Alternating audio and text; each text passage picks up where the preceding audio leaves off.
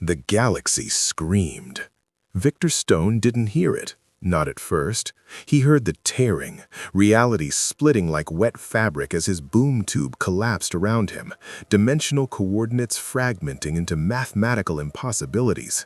The mother box in his chest shrieked warnings in binary he couldn't process fast enough. One moment he was pursuing parademon stragglers through a portal near Apocalypse. The next, colors that shouldn't exist were burning his optical sensors, and something vast and malevolent was noticing him from the other side of existence. Then came Mars. Not his Mars, not the red desert planet where humanity dreamed of colonies and rovers traced patterns in ancient dust.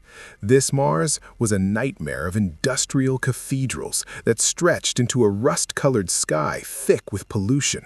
Smokestacks the size of mountains belched toxic clouds. Gothic spires adorned with massive gear emblems pierced the haze. And everywhere, the sound of machinery, grinding, screaming, chanting machinery that seemed almost alive. Victor's impact crater was 300 meters wide. Emergency systems fired as his body absorbed kinetic energy that should have liquefied organic tissue. Warning indicators flashed across his HUD, mother box functionality at 47% and dropping. Dimensional transit, offline. Long-range communications, offline. Threat assessment, critical. He pushed himself up from molten metal and shattered rock, servo motors whining. His sonic cannon was still operational, that was something, but the technopathy that let him interface with any system felt wrong, muted, like trying to hear through water. The technology around him hummed with presence, but it didn't respond to his queries. It resisted. Motherbox? He muttered, his voice synthesized and distorted.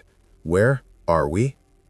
The response came in fragmented data bursts, coordinates that made no sense, temporal readings suggesting he'd jumped forward thousands of years, and one word, repeated in desperate loops: danger, danger, danger.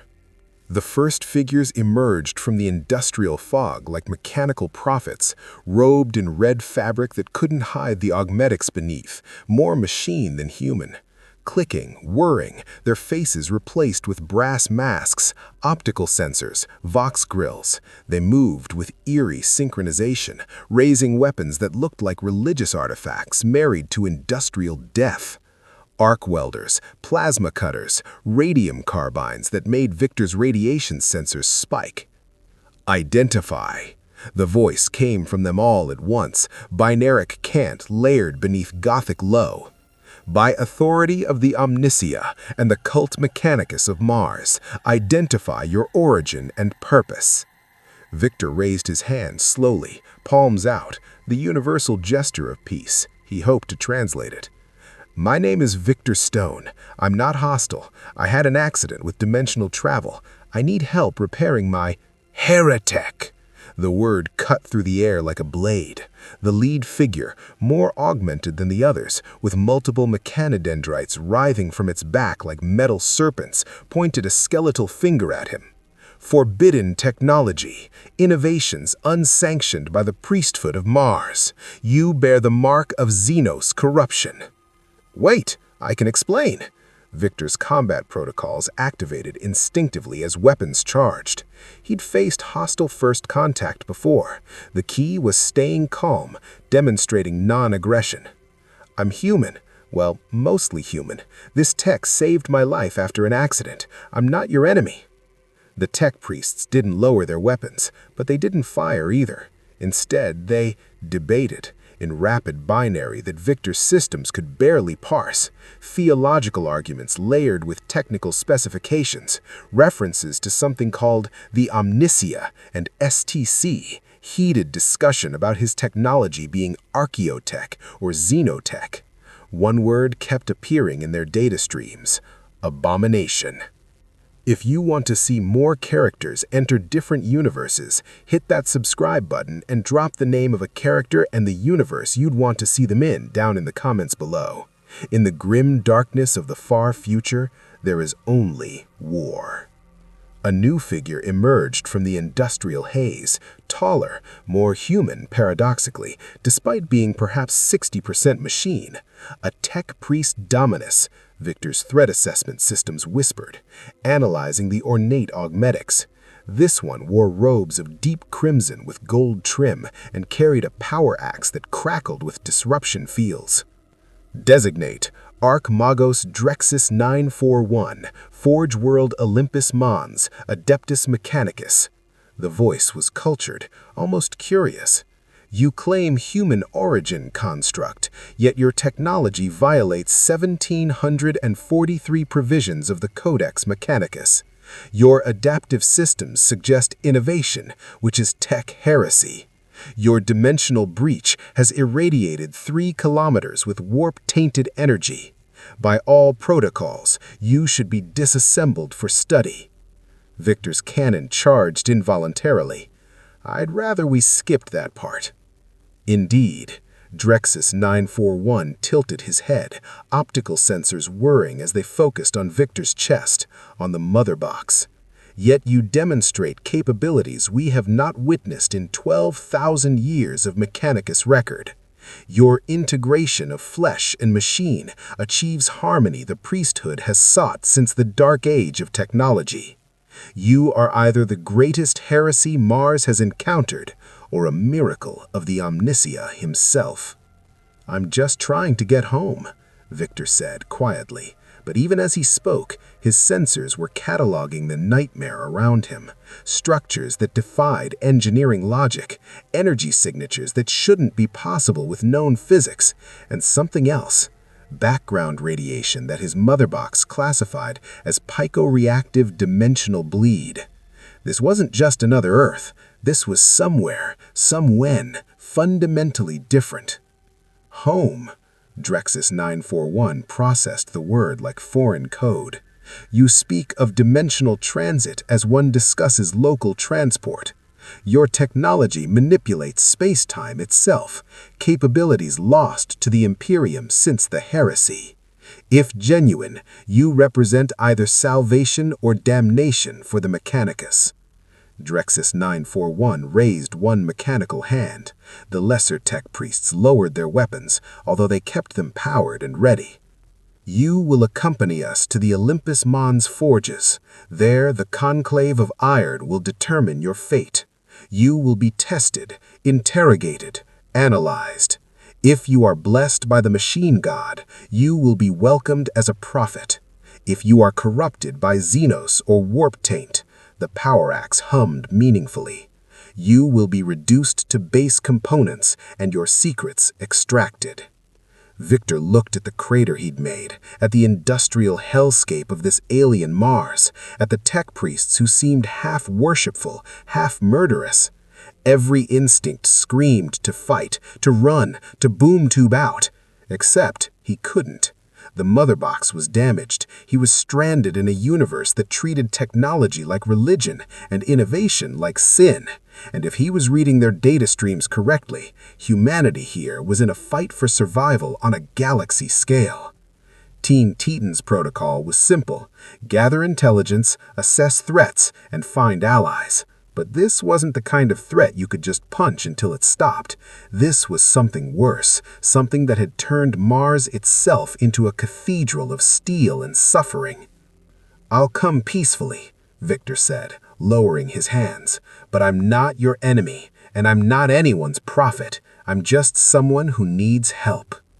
In the 42nd millennium, there are no innocents, only the faithful, the heretic, and the dead. The conclave will determine which category claims you, Victor Stone. As they led him toward the towering forge cathedrals, Victor's sensors picked up something that made his remaining organic skin crawl. Chanting, millions of voices raised in mechanized prayer to something called the Omnisia. And beneath it all, a deeper sound, like reality itself was grinding against something it was never meant to touch. The mother box pulsed weakly in his chest, and for the first time since his accident in Detroit, Victor Stone wondered if staying human in this place was even possible. The Olympus Mons forges were a cathedral of insanity rendered in steel. Victor had seen impressive architecture before, the Watchtower, Titan's Tower, even Apocalypse in its own horrifying way, but this place operated on a scale that defied comprehension. The main basilica stretched upward for kilometers, its vaulted ceiling lost in smoke and shadow. Conveyor systems the size of highways carried materials between processing stations where robed figures, more machine than flesh, performed their duties with religious fervor. Everywhere, the sound of industry mixed with prayer, hymns to the machine gods sung in binary, incense that smelled like promethium and ozone, and the machines themselves seemed almost aware. Victor's technopathy reached out instinctively, trying to interface with the systems around him, but instead of the clean data streams he expected, he felt something else: presences. The tech priests called them machine spirits, claiming every device from the smallest servo to the largest plasma reactor housed a fragment of divine consciousness. To Victor's sensors, they registered as primitive AI, but there was something more, something that actively resisted his attempts at connection. When he tried to hack a basic door mechanism, the machine recoiled, and every tech priest in the corridor turned to stare at him with accusatory optical sensors. "You attempt communion without proper ritual," one of them intoned, mechadendrites twitching with agitation. "The machine spirits sense your presumption. They reject your unclean touch." "I was just trying to—" Victor stopped himself. These people didn't see technology as a tool. They saw them as living extensions of their God. Every action required prayer. Every repair demanded incense and anointing oils. It was inefficient, superstitious, and completely insane. It was also the only way the technology seemed to work. Archmagos Drexus 941 led him deeper into the forge complex, past manufactorums where human workers, if they could still be called human, operated machinery with mechanical precision. Many were servitors, Victor realized with growing horror. Lobotomized slaves, their brains repurposed as organic processors. The tech priests spoke of them without emotion, as one might discuss particularly useful equipment. "Your distress is noted," Drexus 941 said, his vox unit somehow conveying dry amusement. "You come from a culture that maintains the illusion of flesh sanctity. Here we acknowledge truth. The flesh is weak. The machine is eternal. To become one with the Omnissiah's sacred technology is the highest calling." "Where I come from, we call that body horror," Victor muttered. But even as he spoke, his organic eye caught sight of his own reflection in a polished steel surface. Chrome skull plate, glowing red optical sensor, synthetic muscle is visible beneath armor plating. How different was he, really? The thought made his human hand clench involuntarily. They reached the Chamber of Judgment, a vast amphitheater where 12 figures waited on elevated thrones. The Conclave of Iron, Drexus 941 identified them, the ruling body of Olympus Mons. Each was a masterwork of augmetics, barely 30% organic tissue remaining. They studied Victor with sensors that made his skin crawl, passive scans penetrating his armor, analyzing his mother box, and cataloging every system. "Designate Victor Stone. Tech Priest Dominus Kale 7 has submitted preliminary findings. Your technology violates the sacred covenant between man and machine, yet it also demonstrates capabilities we believed lost. The conclave is divided." Holographic displays materialized around Victor, showing his internal systems in excruciating detail. The mother box pulsed at his chest, its alien architecture visible for all to see. Apocalyptian design, fourth-dimensional processing, self-repair protocols that looked like sorcery to anyone who didn't understand the underlying mathematics. This device, another conclave member announced, performs calculations that would require a cogitator array the size of a manufactorum, yet it fits within the organic cavity. It adapts, it evolves, the tech priest's voice took on an almost reverent quality, innovates. The word hung in the air like a curse. Innovation is tech heresy, a third member stated flatly. The quest for knowledge ended 10,000 years ago when the men of iron rebelled. Now we preserve, we maintain, we rediscover what was lost, but we do not create. To do so invites damnation. That's insane, Victor couldn't stop himself. You're telling me you've spent 10,000 years not advancing, not improving, just stagnating? The temperature in the chambers seemed to drop. Every tech priest turned their sensors towards him. The central conclave member leaned forward, brass fingers steepling. You attempt advancement as virtue. We have learned, through blood and ash and the screams of dying worlds, that advancement without faith leads only to corruption. The dark age of technology saw humanity reach heights you cannot imagine. We had machines that thought, weapons that rewrote reality. We touched the stars themselves. The voice became harder, and it all burned. The men of iron turned on their creators. Warp storms devoured entire sectors. Mars itself nearly fell to the heresy. We learned the price of hubris. Victor's jaw clenched. So you chose fear instead. You chose to stop growing. We chose survival, Kale 7 interrupted. And if you were wise, you would recognize the wisdom in our doctrine. Your mother box, it manipulates dimensional barriers, yes? Punches holes in space-time? Tell me, Victor Stone, what lies between dimensions in your universe? Nothing. Void space. Dimensional. Victor stopped. His sensors had been warning him since arrival. That background radiation, psycho-reactive energy, the same signature he'd detected when reality tore during his transition. Not nothing, Drexus 941 confirmed. The warp, the immaterium, a dimension of a living nightmare where physics means nothing and thought becomes reality, where daemons wait to pour through any crack in the veil. Your mother box, it's been screaming into the warp since you arrived, drawing attention from things that would drive you mad to perceive. The mother box pulsed erratically. Victor's HUD flooded with warnings he'd been ignoring, too focused on survival to process. Dimensional bleed, increasing. Warp signature detection, critical. Demonic manifestation probability, 73% and climbing. What are you saying?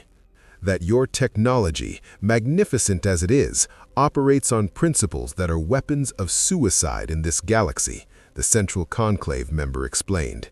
Every boom tube is a door for the ruinous powers. Every dimensional calculation attracts entities that feast on souls. The Mechanicus abandoned such research millennia ago when entire forge worlds fell to demonic corruption through similar experiments. Victor felt cold despite his internal temperature regulators. You're telling me I'm a beacon for, what, space demons? Warp entities, never born, the armies of chaos. Drexus 941's optical sensors dimmed with what might have been sympathy. They are drawn to psychic energy, to dimensional instability, to innovation itself. Your mother box is all three. If we cannot suppress its signature, you will attract a demonic incursion that could consume this entire forge world. The conclave members began arguing among themselves in rapid binary. Victor caught fragments through his damaged translation protocols. Some wanted him destroyed immediately, disassembled and studied posthumously. Others saw opportunity, a chance to unlock technology that could aid the Imperium's desperate war for survival. A few spoke of presenting him to Mars's ruling body, the Fabricator General himself. But one voice cut through the debate. The Inquisition must be notified. The chamber fell silent. Even the background machinery seemed to be quiet, as if the forge itself held its breath. "Lord Inquisitor Castor of the Ordo Xenos," KL7 continued reluctantly. "He arrived last solar cycle, investigating reports of Xenos infiltration in the outer foundries. If he learns of Stone's presence, of his Xenos-derived technology, he will invoke his authority. No Mechanicus protocol would supersede an Inquisitorial seal." "What's an Inquisitor?" Victor asked, though his threat assessment protocols were already screaming warnings based on context alone. Drexus 941 turned to face him fully. "The Emperor's chosen instruments of holy judgment.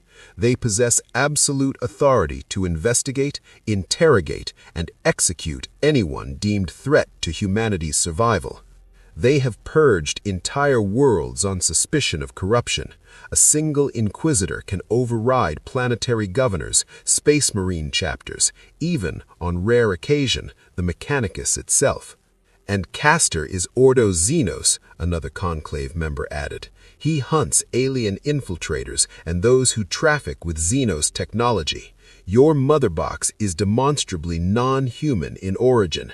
You are by definition exactly what he seeks." Victor's cannon charged reflexively.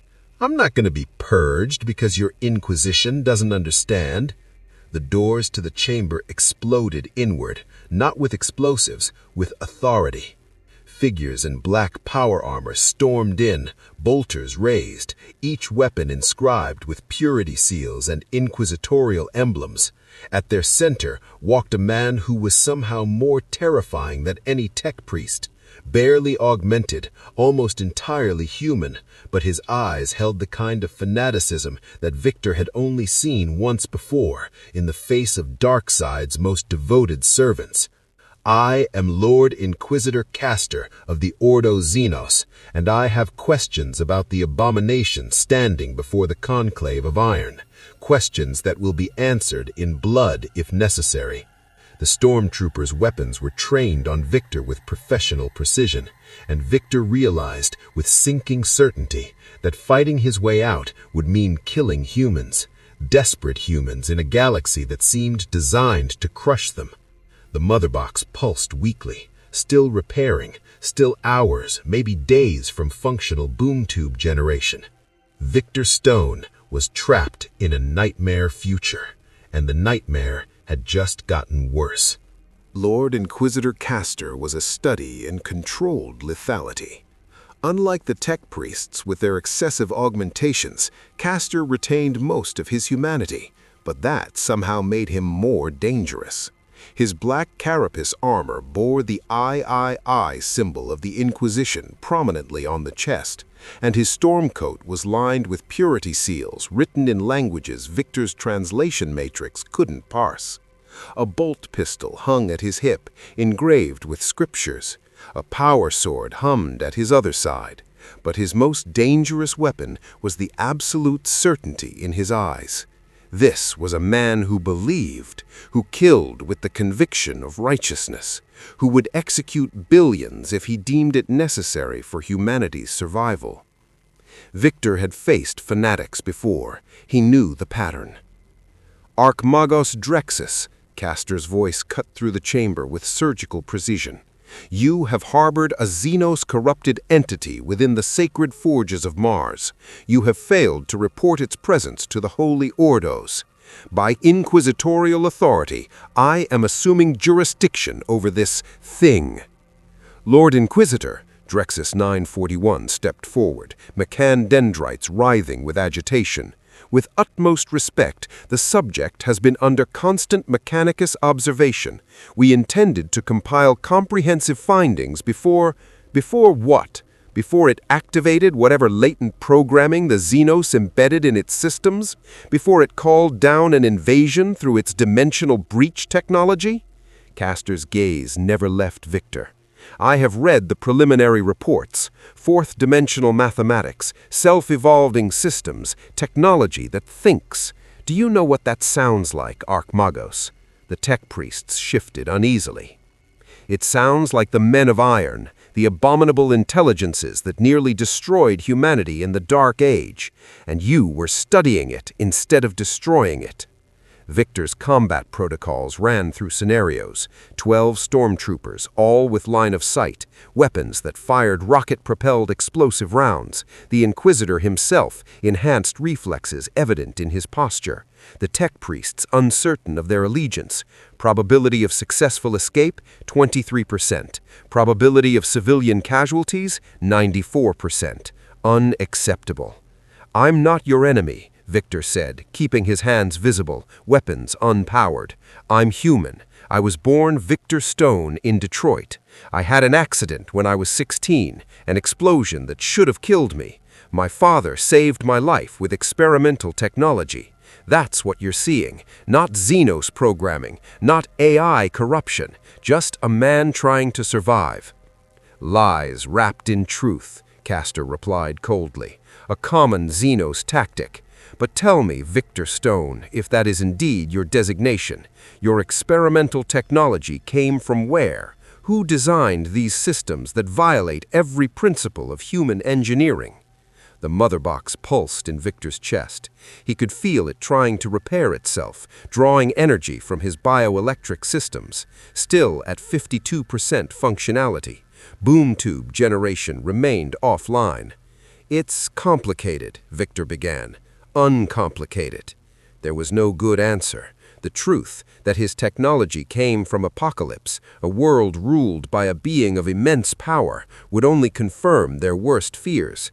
But lying to an organization that apparently specialized in detecting lies seemed equally suicidal. Victor met Castor's eyes directly. "The core technology is called a mother box. It comes from a place called Apocalypse, a world ruled by a being of immense power. But the mother box isn't evil.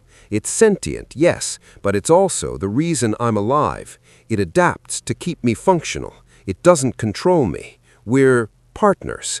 The chamber erupted in alarmed binary cant. Even Castor's stormtroopers shifted their aim, fingers tightening on triggers. "Sentient technology," Castor said quietly, which was somehow worse than if he'd shouted. "You admit to harboring an abominable intelligence.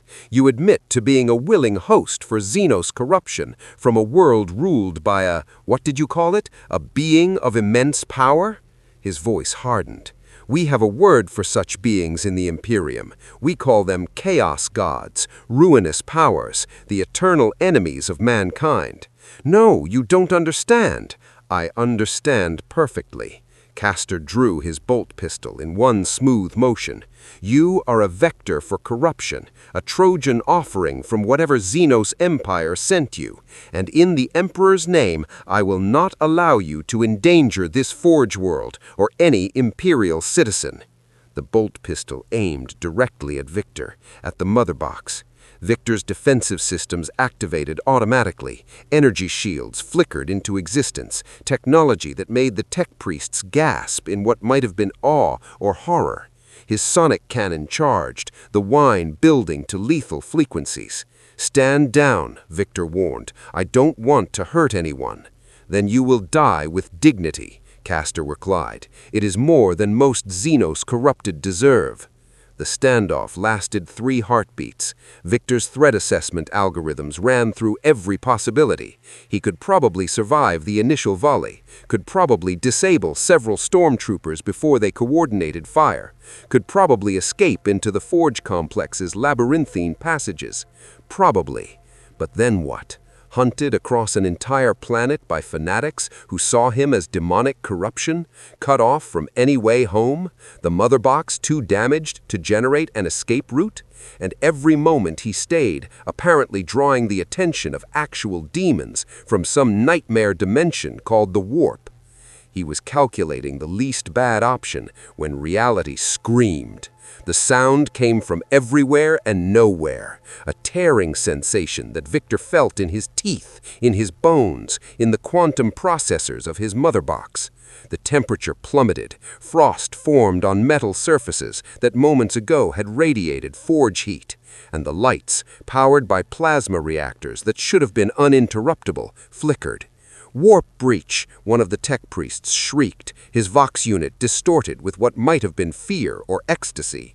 "Geller field integrity compromised in Sector 7 Theta. Immaterial entities manifesting." Castor's bolt pistol swung away from Victor toward the chamber doors. His stormtroopers formed a defensive perimeter with practiced efficiency.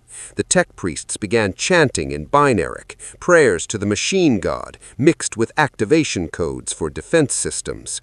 And through the walls, Victor's sensors detected something that made no sense. Energy signatures that violated thermodynamics, movement patterns that suggested non-Euclidean geometry, and beneath it all, something that his mother box identified with a single, desperate warning. Hostile, extra-dimensional, corrupting influence detected. Probability of survival, unknown. What is that? Victor demanded. Drexus 941's optical sensors had taken on a red cast. Neverborn, daemons of the warp. Your mother box's dimensional signature finally attracted attention. They are coming through the breach, drawn to your technology like predators to blood and water. The doors buckled, not from physical force, but from something pressing against reality itself. Victor's sensors showed impossible readings, matter that wasn't matter, energy that defied classification. And then the doors burst open, revealing things that his visual processors struggled to render. They looked almost human, almost, but wrong in ways that hurt to perceive. Skin the color of exposed muscle, horns that curved in mathematically perfect spirals, eyes that reflected flames that didn't exist. They moved with fluid grace, carrying blades that wept blood before touching flesh. Daemons, actual, literal demons from a hell dimension. And they were laughing. Blood for the blood god. The war cry came from dozens of throats, distorted and harmonized in a way that made Victor's audio processors glitch. Skulls for the skull throne. Castor's stormtroopers opened fire. Bolter rounds tore through daemon flesh with explosive force, and the creatures just kept coming. They moved faster than human physiology should allow, closing the distance in seconds. One of them reached a stormtrooper, its blades sliding through carapace armor like tissue paper. The trooper's scream cut off as his head separated from his shoulders. Victor's combat protocols overrode his hesitation. His sonic cannon discharged at maximum power, the concussive wave catching 3 daemons mid-charge. They exploded into ichor and dissipating energy, but more poured through the breach behind them. Stone! Castor was firing precisely, each bolt round destroying a daemon, even as he coordinated his remaining troops. Can your Xenos technology close the breach? Maybe, Victor's mind raced. The mother box was dimensional technology. If he could interface with the breach, understand its structure. Danger, warp energy corrosive to systems, contact inadvisable. I don't have a choice. Victor sprinted toward the breach, his enhanced strength letting him cover the distance in seconds. A daemon intercepted him, blade swinging for his neck. He caught the weapon with his cybernetic hand, servos screaming as they held against impossible strength, and fired his cannon point blank. The daemon exploded. The breach was a wound in space-time. Through Victor's enhanced vision, he could see it, a tear between dimensions, but nothing like the boom tubes he generated. This was raw, uncontrolled, and on the other side, Victor's organic eye widened in horror. An ocean of blood under a brass sky, mountains of skulls stretching to infinity, and sitting atop the largest throne of bone, something vast and terrible that turned its attention towards him, something that noticed him. The mother box shrieked warnings. Victor felt pressure against his mind, alien thoughts trying to force their way into his consciousness, promises of power, of strength eternal, of glorious battle without end. All he had to do was submit, to serve, to... No, Victor's human hand clenched into a fist. He wasn't some weapon to be claimed. He'd fought for his autonomy against grid, against brother blood, against every force that tried to control him. He wasn't about to surrender it to some interdimensional war god. He reached into the breach with his technopathy, but instead of clean code, he found something alive.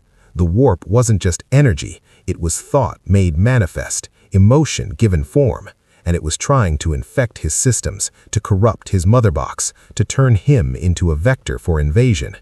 His firewalls, designed to resist apocalyptic viral attacks, held, barely. "Drexus!" Victor shouted over the sounds of battle. "I need your help. I can't close this alone." The Archmagos didn't hesitate. His mechadendrites interfaced with nearby systems, and suddenly Victor felt a connection. Not his usual clean technopathy. This was prayer made manifest. The tech priest's faith somehow giving their machines consciousness, and that consciousness recognized the threat. Together, man, machine, and zealot, they pushed back against the breach. Victor provided the dimensional mathematics, the mother box supplied stabilizing energy, and the tech priests prayed. Their faith became a weapon, their absolute conviction that the machine god would protect them, somehow making the machines respond beyond their specifications. It shouldn't have worked. It violated every principle of engineering Victor understood. It worked anyway. The breach sealed with a sound like reality sighing in relief. The remaining daemons shrieked as they lost connection to their dimension, their forms destabilizing and dissipating into sulfurous smoke. Victor collapsed, his systems redlining from the effort. The mother box pulsed weakly, now at 38% functionality. The dimensional contact had damaged it further. But they'd survived. Castor stood over him, bolt pistol still smoking from the execution of the last daemon. Blood, both human and something darker, spattered his armor. 3 of his stormtroopers were dead. The Chamber of Judgment was a charnel house, and the Inquisitor was looking at Victor with an expression that might have been respect, or might have been calculation. "You fought beside us, against the Neverborn. You resisted corruption when the Blood God himself offered you power." He holstered his bolt pistol. "Perhaps I was premature in my judgment." Victor struggled to his feet, servos whining. "Does this mean you're not going to kill me?" "It means," he corrected, "that you have proven you are not an immediate threat, but Lord Stone, and you will answer to Lord now, for you have earned that much. You are still dangerous. Your technology still draws daemon attention, and the Imperium cannot afford such risks." He extended his hand, not in friendship, but in something like professional respect. "You will accompany me. There is a situation in Sector Ultima where your unique capabilities may prove useful. Consider it a trial by fire. If you survive, if you prove your loyalty to humanity, then perhaps the Inquisition will find you a place in the Emperor's service." Victor looked at the offered hand, at the dead stormtroopers, at the tech priests watching with unreadable optical sensors, at the scorch marks where daemons had nearly breached the Forge World's defenses. He thought about the teen titans, about Earth, about a home that might be thousands of years in the past and an entire universe away. And he realized he didn't have a choice. Not if he wanted to survive, not if he wanted to eventually find a way home, and not if he wanted to protect whatever innocent people still existed in this nightmare galaxy. Victor took Castor's hand. "What's the mission?" The Inquisitor's smile was cold. "We're going to war, Lord Stone. In the grim darkness of the far future, it's the only constant." The Inquisitorial black ship Eternal Vigil translated from the warp 3 days later into a system that was already dying. Victor had spent those 3 days learning what true horror meant. Warp travel, moving through that nightmare dimension he'd glimpsed during the demon breach, was agony for someone with his sensory capabilities. Even with the Geller field protecting the ship from the Immaterium's touch, he could feel it pressing against reality, whispering, tempting, promising. The mother box had locked down entire cognitive subroutines just to keep him sane. Its functionality was now at 29% and falling. Every hour in the warp degraded it further. Castor's tech priests had tried to study it, to stabilize it with their rituals and prayers, but the mother box rejected their touch. It knew Victor, trusted Victor, and saw all others as potential threats. which meant Victor was on a countdown. If the mother box failed completely, his cybernetic systems would cascade into shutdown. He'd calculated he had maybe 2 weeks before he was reduced to a brain in a dying metal shell. But those concerns evaporated when he saw what awaited in the Drakari system. "Emperor's throne," Castor breathed, standing beside Victor at the observation deck. The reports didn't do it justice. 3 planets orbited a dying star. 2 were already dead, scorched husks with atmosphere stripped away. But the third, Drakari Prime, was still fighting. Its cities blazed with defensive fire. Orbital platforms exchanged lance batteries with a Xenos fleet that defied rational design. The enemy ships were organic, living vessels of chitin and biomatter that moved like predators stalking prey. They didn't maneuver, they hunted, and they were winning. "Tyranids," Castor explained, his voice tight with controlled fury. "The great devourer, a hive-minded xenospecies that consumes entire worlds, atmosphere, oceans, biomatter, everything, and uses the genetic material to spawn more of themselves. They've destroyed a dozen systems already. Drakari Prime has held for 3 months through faith and Imperial Guard valor, but intelligence suggests the Hive fleet is preparing a final assault." Victor's sensors analyzed the bioships, 14 capital-class organisms, hundreds of smaller warrior carriers, and descending toward the planet's surface in endless waves, spores. Each one contained organisms designed for a single purpose: kill and consume. "Why did you bring me here?" Victor asked, though part of him already knew, already dreaded. "Because conventional tactics are failing," Castor turned him fully. "The Guard dies by the millions. Our ships are outmatched. The hive mind adapts faster than we can strategize. But you, Lord Stone, your technology represents an unpredictable variable. Your dimensional capabilities, your adaptive systems, your combat efficiency."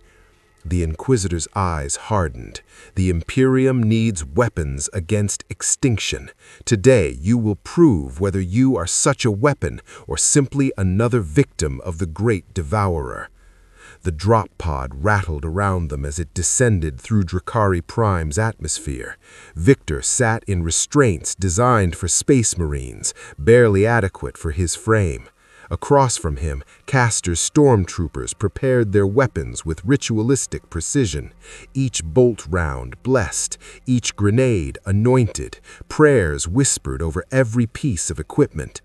It would have seemed absurd, except Victor had seen their faith work, had felt it push back against demons that shouldn't exist. Maybe, in this galaxy, belief was just another form of technology. The impact threw them forward against restraints. The drop pod door blew outward with explosive bolts, revealing a battlefield that looked like something from humanity's worst nightmares. The hive city of Tertium sprawled before them, what was left of it. Gothic architecture melted into organic corruption as Tyranid biomatter spread like cancer through streets and buildings, and everywhere the creatures themselves. They came in forms evolution should have rejected: 6-limbed horrors with scything talons, serpentine beasts that spat acid, hulking brutes with carapace thick enough to shrug off lasgun fire. And above it all, the synapse creatures, the nodes through which the hive mind coordinated its endless swarm. The Imperial Guard held the line through sheer desperation. Thousands of soldiers in flak armor manning hastily constructed barricades, firing lasguns that seemed pitifully inadequate against the alien tide. Victor saw men die, torn apart by claws, dissolved by bioweapons, dragged screaming into the swarm to be consumed and recycled into more Tyranids. And they kept fighting, because in this galaxy there was no retreat, no surrender, only death or victory. All units, this is Lord Inquisitor Castor. By authority of the Golden Throne, I am assuming command. Artillery, focus fire on synapse creatures. Biosignatures designate Tyranid warriors and zoanthropes. Infantry, establish killing zones at coordinates I am transmitting. And to the asset designated Stone, Castor's gaze found Victor. You have permission to engage at full capacity. Show these Xenos what humanity's ingenuity can achieve. Victor's combat systems activated fully for the first time since arriving in this nightmare galaxy. Threat assessment identified 1,700 hostile targets in immediate vicinity. Probability of survival, 12%. But the Teen Titans had taught him something important. Sometimes the numbers don't matter. Sometimes you fight anyway. His sonic cannon charged to maximum yield. Let's dance. The first wave of hormagaunts hit like a living avalanche, dozens of six-limbed creatures moving with inhuman speed. Victor's sonic blast caught them mid-leap, the concussive force shattering chitin and rupturing organs. Bodies exploded into gore. But the hive mind didn't care about casualties. More poured forward. Victor met them with enhanced strength that would have made Superman proud. His cybernetic fist punched through the carapace. His energy blade, a weapon the Mechanicus tech priests had been horrified and fascinated by in equal measure, carved through alien flesh with precision. He moved through the swarm like a surgical strike made flesh and steel. But for every creature he killed, 3 more took its place. A Tyranid warrior, one of the synapse creatures, targeted him specifically. 8 feet of bioengineered killing machine with 4 scything talons and a cranium that pulsed with psychic energy. It moved with the intelligence the lesser creatures lacked, feinting and testing his defenses. Victor's technopathy reached out instinctively, trying to hack into its nervous system, and touched the hive mind itself. It was like plunging his consciousness into an ocean of hunger. Not malice, not evil, just endless consuming need. The Tyranids weren't conquering or destroying, they were eating. The entire galaxy was prey. Every world was food. Every living thing was biomass to be processed and recycled into more Tyranids. And the hive mind recognized him, recognized his technology, saw the mother box as genetic material, unlike anything it had encountered. It wanted him, wanted to dissect him, understand him, integrate his capabilities into the swarm. Victor screamed as he ripped his consciousness free. The psychic backlash sent him stumbling. The warrior struck, talons aimed for his chest. Castor's power sword intercepted the blow in a shower of sparks. The Inquisitor moved with augmented reflexes, his blade wreathed in disruption fields that made the air shimmer, carving through the warrior's thorax. The creature shrieked in a frequency that made Victor's audio processors glitch, then collapsed.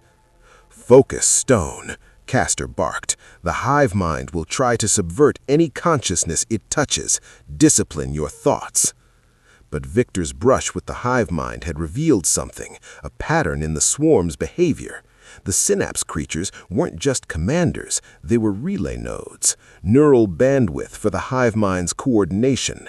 If enough were destroyed simultaneously, the lesser creatures would lose cohesion, would become mindless beasts instead of a coordinated army. "I need high ground," Victor said, his tactical processors already calculating trajectories. "And covering fire for 30 seconds. Castor didn't question. He simply gestured to his stormtroopers and the nearest guard units. "You heard the man. Give him his 30 seconds. Victor launched himself skyward using his flight systems, technology that still made the Mechanicus tech priests gibber about gravitic heresy. From altitude, he could see the full scope of the battle. Tertium was falling. Millions would die. But if he could disrupt the hive mind's control, even temporarily, his targeting systems identified 7 synapse creatures in range. His sonic cannon couldn't hit all of them simultaneously, but the mother box, damaged as it was, still had one trick left. Power reserves critical. Dimensional breach generation may cause catastrophic failure. Do it anyway, Victor commanded. The mother box complied. Space tore. Not boom tubes, it lacked the power for controlled portal generation, but it could create localized dimensional distortions. Reality flickered around the 7 synapse creatures, and for one perfect moment they existed in overlapping dimensions. Their bodies couldn't handle the stress. They came apart at the molecular level, their psychic screams silenced.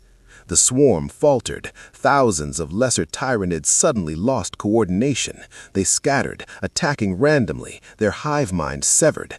The Imperial Guard capitalized immediately. Artillery strikes rained down on the disorganized aliens. Infantry advanced with renewed fury, lasguns and flamers purging Xeno's flesh. For the first time in 3 months, the defenders weren't just surviving, they were winning. But victory came with a price. Victor crashed to the ground, his systems redlining. The mother box had dropped to 11% functionality. Warning klaxons screamed through his consciousness. Structural integrity compromised. Power regulation is failing. Cognitive processors cycle down to prevent cascade failure. He'd bought humanity time, but he'd sacrificed his only way home to do it. Castor appeared above him, his armor scorched and dented, but his eyes fierce with something that might have been approval. You held the line, Stone. The Emperor protects those who serve with faith and fury. I'm not one of your faithful. I'm just trying to survive. Then you've learned the first truth of the Imperium. Survival requires sacrifice. Today, you sacrificed your technology. Tomorrow, it may be your humanity. Eventually, it will be your life. But know this, your actions saved millions. Your name will be recorded in this world's imperial archives. Victor Stone, who stood with humanity against the great devourer. Through failing optical sensors, Victor saw the city, saw the guard soldiers raising their weapons in salute, saw the tech priests already approaching with repair equipment and sacred oils, saw a world that would live to fight another day because he made an impossible choice. And he understood, finally, what this galaxy demanded. Not heroism, not justice, just the willingness to pay whatever price survival required. The mother box pulsed one final time before entering emergency hibernation mode. Its last message was simple. Dimensional transit capability offline. Repair time indeterminate. Survival probability unknown. Victor Stone was trapped in 40,000 K. No way home, no escape, only endless war against threats that wanted to eat, corrupt, or destroy humanity. But as the guard soldiers surrounded him, these desperate humans who fought with faith and fury against impossible odds, Victor realized something else. He wasn't trapped here. He was needed here. And maybe that was enough. 6 months after Drakari Prime, Victor Stone had become a legend he never wanted. The Imperium didn't celebrate heroes the way Earth did. There were no press conferences, no civilian accolades, no medals pinned on chests and ceremonies that meant something. Instead, there were data slates filed in the Administratum's endless archives, purity seals bearing his designation, and whispers among the Imperial Guard, stories of the Iron Saint, the blessed fusion of man and machine who fought beside humanity against the Xenos tide. The Mechanicus had a different name for him, Omnisia's Herald. They saw his mother box not as heretical technology, but as a divine artifact, proof that the machine god could manifest miracles through faithful servants. Tech priests made pilgrimages to whatever forge world he currently inhabited, seeking his blessing on their equipment. Victor hated it, all of it. He sat now in the machine chapel aboard the Eternal Vigil, surrounded by prayer scrolls and incense smoke, running diagnostics on systems that refused to fully repair. The mother box remained at 11% functionality, locked in what amounted to a coma, healing impossibly slowly from the dimensional strain. His technopathy was degraded to barely 40% efficiency. His sonic cannon fired at reduced yield. Even his enhanced strength had diminished as power regulators struggled to maintain baseline operations. He was dying, slowly, but dying nonetheless. "Still brooding, Lord Stone?" Victor didn't turn at Castor's voice.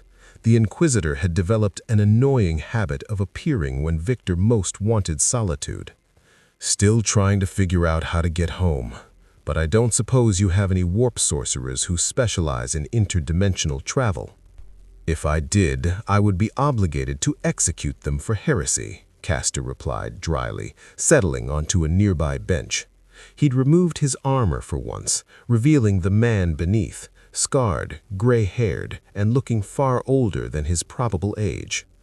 "Dimensional manipulation is the province of demons and the most dangerous heretics.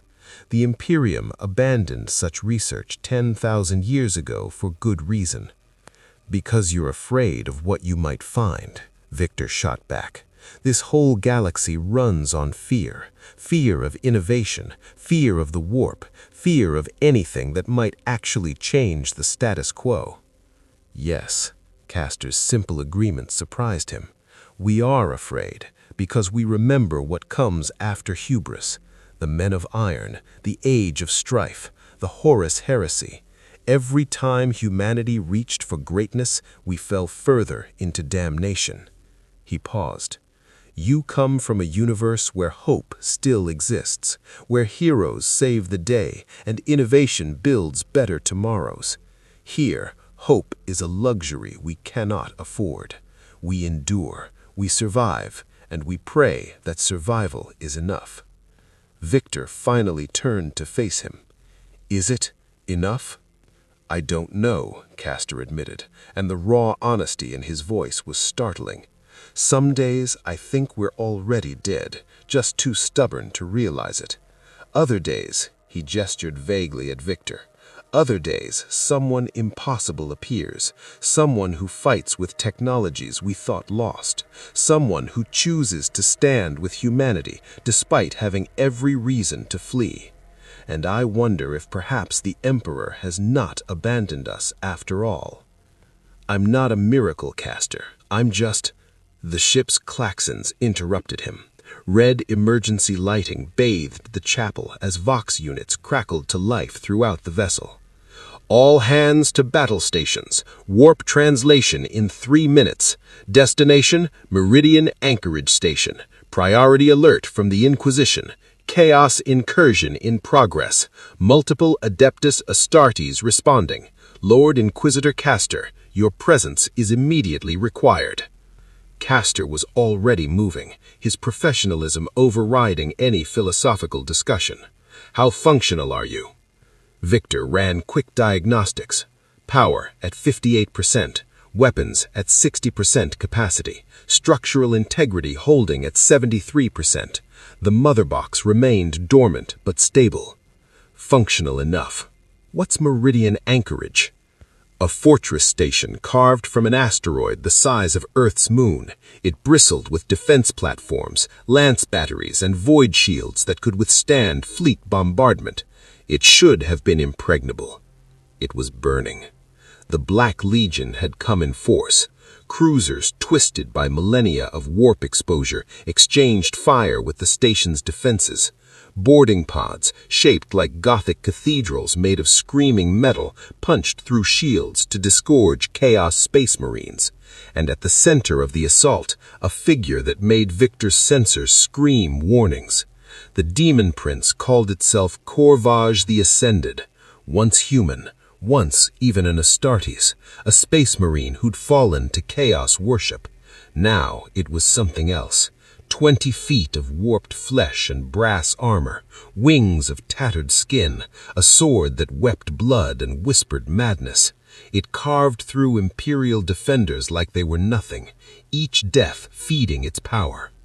Victor watched from the Eternal Vigil's deployment bay as Castor coordinated the counter-assault. 2 full companies of Ultramarines had responded, Space Marines in midnight blue power armor who fought with discipline that would have impressed Batman. But even they were struggling against the chaos-corrupted traitors. "The demon is the Nexus," Castor explained, his tactical display showing Corvage's position deep in the station's core. "Kill it, and the warp rift sustaining the invasion collapses. The Black Legion loses its reinforcement vector." "So we kill it," Victor said simply. "It's a demon prince, Lord Stone. It survived for 10,000 years. It's destroyed entire Astartes companies. It can die just like everything else," Victor interrupted. His mother box pulsed, still dormant but responding to his determination. "I've fought gods before, fought Darkseid himself and lived. Whatever this thing is, it bleeds." Castor studied him for a long moment. Then, surprisingly, he smiled. "You truly are insane. No wonder the Mechanicus thinks you're blessed." He activated his Vox unit. "All forces, this is Lord Inquisitor Castor. Asset designation Iron Saint is deploying directly to the station core. Clear a path and provide fire support. By the Emperor's will, we end this heresy today." The drop was controlled chaos. Victor's flight systems were barely functional, so he rode a Valkyrie assault transport alongside a squad of stormtroopers. They crossed the void between ship and station while lance batteries lit the darkness and fighters dueled overhead. Twice their transport took hits, void shields absorbing damage that should have vaporized them. They breached the station through a hangar that looked like something from Victor's nightmares. The walls were corrupted, imperial architecture twisted into organic shapes. Symbols that hurt to look at were carved into metal. And the smell, rotting meat mixed with incense. Chaos corruption spreads through physical presence, Castor warned, his stormtroopers forming up around them. The longer the daemons maintain their foothold, the more this station becomes part of the warp. Stay focused. Do not listen to any voices except mine and Stone's. They advanced through corridors that shifted when Victor wasn't looking directly at them. His sensors detected movement that shouldn't exist, entities phasing in and out of reality. Chaos Space Marines in black armor adorned with the 8-pointed star emerged from the corruption, their bolters firing with discipline honed over millennia. Victor returned fire with his sonic cannon, the concussive waves shattering ceramite. But these weren't the mindless daemons from Mars. These were Astartes, post-human warriors who'd spent 10,000 years fighting the Imperium they once served. They adapted to his attacks, using cover, coordinating fire, and exploiting his reduced capabilities. One of Castor's stormtroopers went down, a bolt around punching through his helmet. Another fell to a chain axe that appeared from a side corridor, wielded by a Chaos Marine covered in Cornite symbols and fresh blood. Victor grabbed the traitor by the throat and crushed his windpipe with servos that screamed in protest. "How much further?" 200 meters, Castor replied, his bolt pistol executing a possessed servitor with professional precision. "The core chamber, where Corvage sustains the warp rift." They fought every meter. Victor's systems degraded with each engagement, power dropping to 44%, then 39%, then 31%. His left arm locked up completely, forcing him to rely on his human side more than he had in years. The mother box remained silent, conserving what little energy remained for whatever final confrontation awaited. Then they breached the core chamber, and Victor understood why the Imperium feared chaos above all else. The room had been a void shield generator station. Now it was a cathedral to damnation. The walls pulsed with veins, the floor was sticky with blood that flowed toward a central altar where Corvage stood, conducting a ritual in a language that made Victor's translation matrix crash. Around the Daemon Prince, Imperial defenders hung on chains, still alive, screaming as their life force was drained to power the warp rift overhead. And the rift itself, Victor saw through it, saw the warp in full clarity for the first time, saw chaos gods watching with interest that felt like insects crawling on his soul, saw potential futures where he fell, where he served, where he became something like Corvage, twisted and powerful and utterly damned. Another offering arrives. Corvage's voice was layered with inhuman harmonics that made Victor's audio processors glitch. The machine-touched one, the hybrid who resists his destiny. Korn has noticed you, Victor Stone. Tzeentch has schemed for you. Nurgle offers you eternal existence. Slaanesh whispers of perfection beyond flesh. I've heard better sales pitches, Victor growled, his cannon charging despite power warnings, and I'm not interested. The Daemon Prince laughed, and reality shuddered. You fight for an imperium that fears you, for humans who will never accept what you are. Your technology is heresy. Your existence is abomination. Why not embrace what you could become? And for one terrible moment, Victor considered it. Considered accepting Chaos's offer, the power to repair his mother box, the strength to fight without limitation, the ability to truly make a difference in this nightmare galaxy instead of barely surviving. Then he looked at the chained Imperial defenders, saw their faces, not just soldiers, but men and women who'd chosen to stand against this horror, despite knowing they'd probably die, who fought because someone had to, who embodied the grim determination that kept humanity alive in a galaxy designed to destroy them. They weren't heroes like the Titans, they were just people, desperate, terrified people who refused to surrender. And Victor Stone had spent his entire life fighting for people like that. I've already become something, Victor said quietly, his remaining systems diverting all available power to his sonic cannon. The mother box stirred, not awakening, but acknowledging his choice, approving. I'm someone who stands with humanity, even when the humanity doesn't deserve it, even when the fight's impossible, even when...